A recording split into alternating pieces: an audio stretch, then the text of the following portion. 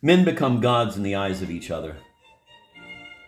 Every hero of a novel expects his being to be radically changed by the act of possession. In remembrance of things past, Marcel's parents are reluctant to let him go to the theater because of his poor health.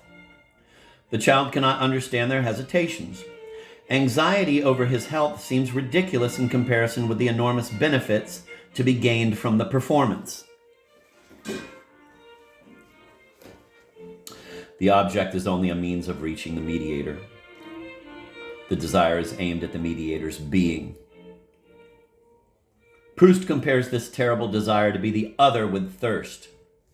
Quote, "Thirst like that which burns a parched land, for a life which would be a more perfect drink for my soul to absorb in long gulps, all the more greedily because it has never tasted a single drop."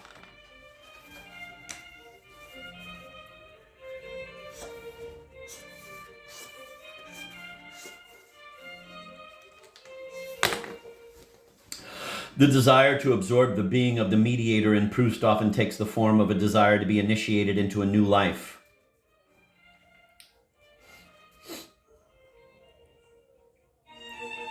An athletic life, or a country life, or a life without routine. The sudden prestige which the narrator gives to an unfamiliar way of life always coincides with his meeting a being who awakens this desire.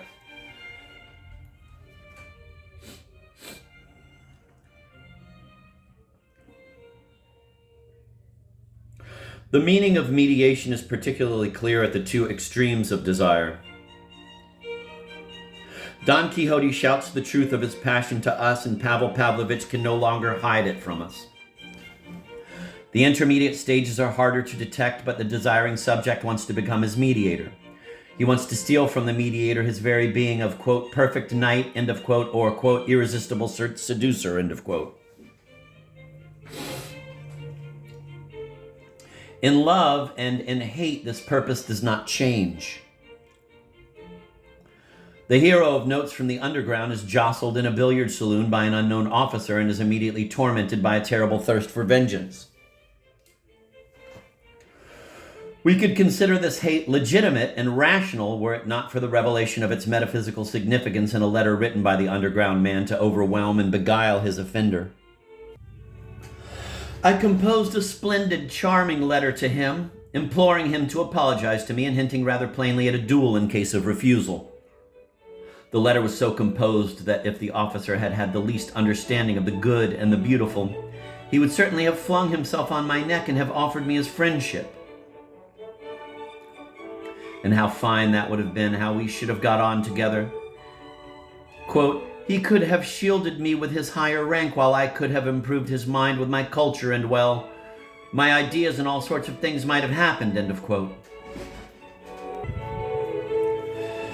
Like Proust's, Dostoevsky's hero dreams of absorbing and assimilating the mediator's being. He imagines a perfect synthesis of his mediator's strength with his own intelligence. He wants to become the other and still be himself. But why does he have this desire, and why does he prefer this particular mediator when he could choose another? Why does he choose this model, idolized and spurned so hastily and so uncritically? The wish to be absorbed into the substance of the other implies an insuperable revulsion for one's own substance. The underground man is in fact puny and sickly. Madame Bovary belongs to the provincial middle class. One can see why these heroes would wish to change their being. If we consider all the heroes individually, we shall be tempted to take seriously the excuses they give for their desires. We run the risk of missing the metaphysical meaning of that desire. To grasp this metaphysical meaning, we must look beyond the individual cases and see the totality.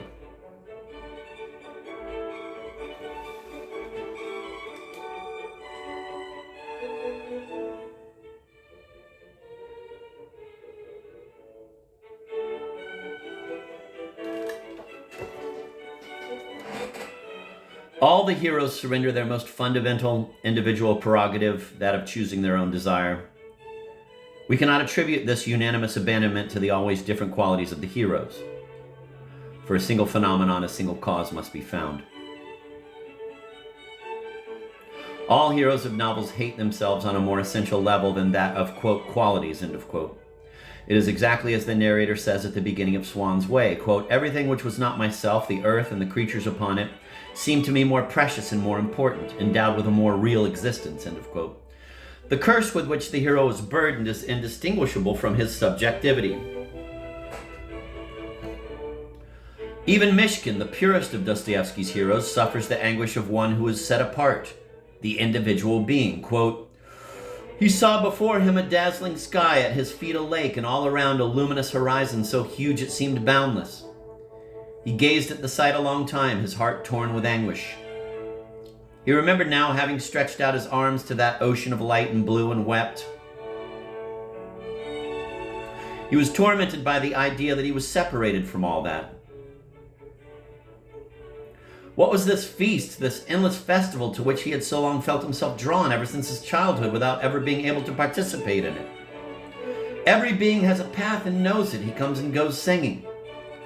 But he alone knows nothing and understands nothing, neither men nor the voices of nature, for he is everywhere a stranger and an outcast," end of quote. The curse on the hero is so terrible and total that it extends to the people and things which come under his influence. Like a Hindu untouchable, the hero contaminates everyone and everything with which he is in contact.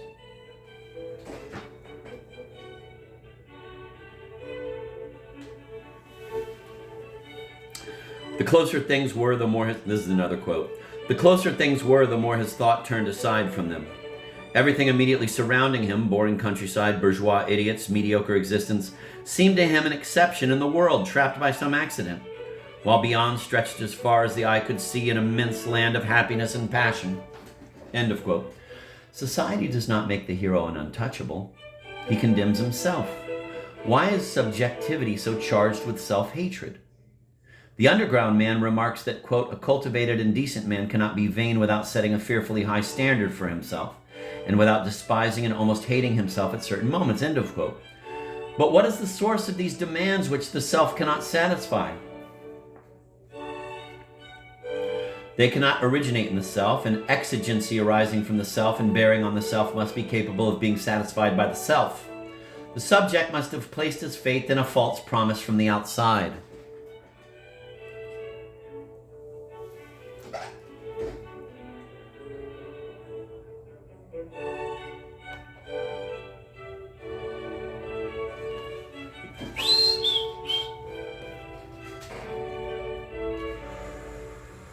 In Dostoevsky's eyes, the false promise is essentially a promise of metaphysical autonomy. For 2 or 3 centuries, this has been the underlying principle of every new Western doctrine. God is dead, man must take his place.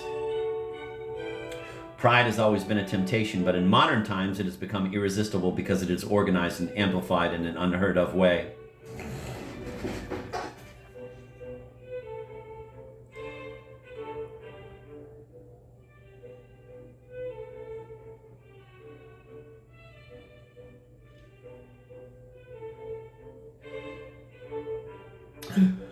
The modern glad tidings are heard by everyone. The more deeply it is engraved in our hearts, the more violent is the contrast between this marvelous promise and the brutal disappointment inflicted by experience.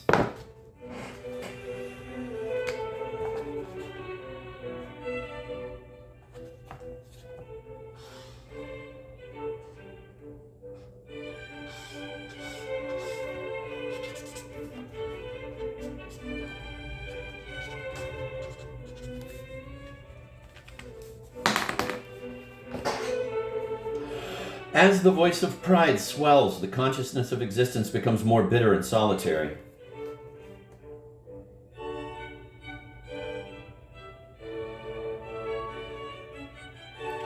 Yet it is common to all men. Why is there this illusion of solitude which doubles the agony? Why can men no longer alleviate their suffering by sharing it? Why is the truth about all men locked up in the deepest recesses of each individual consciousness?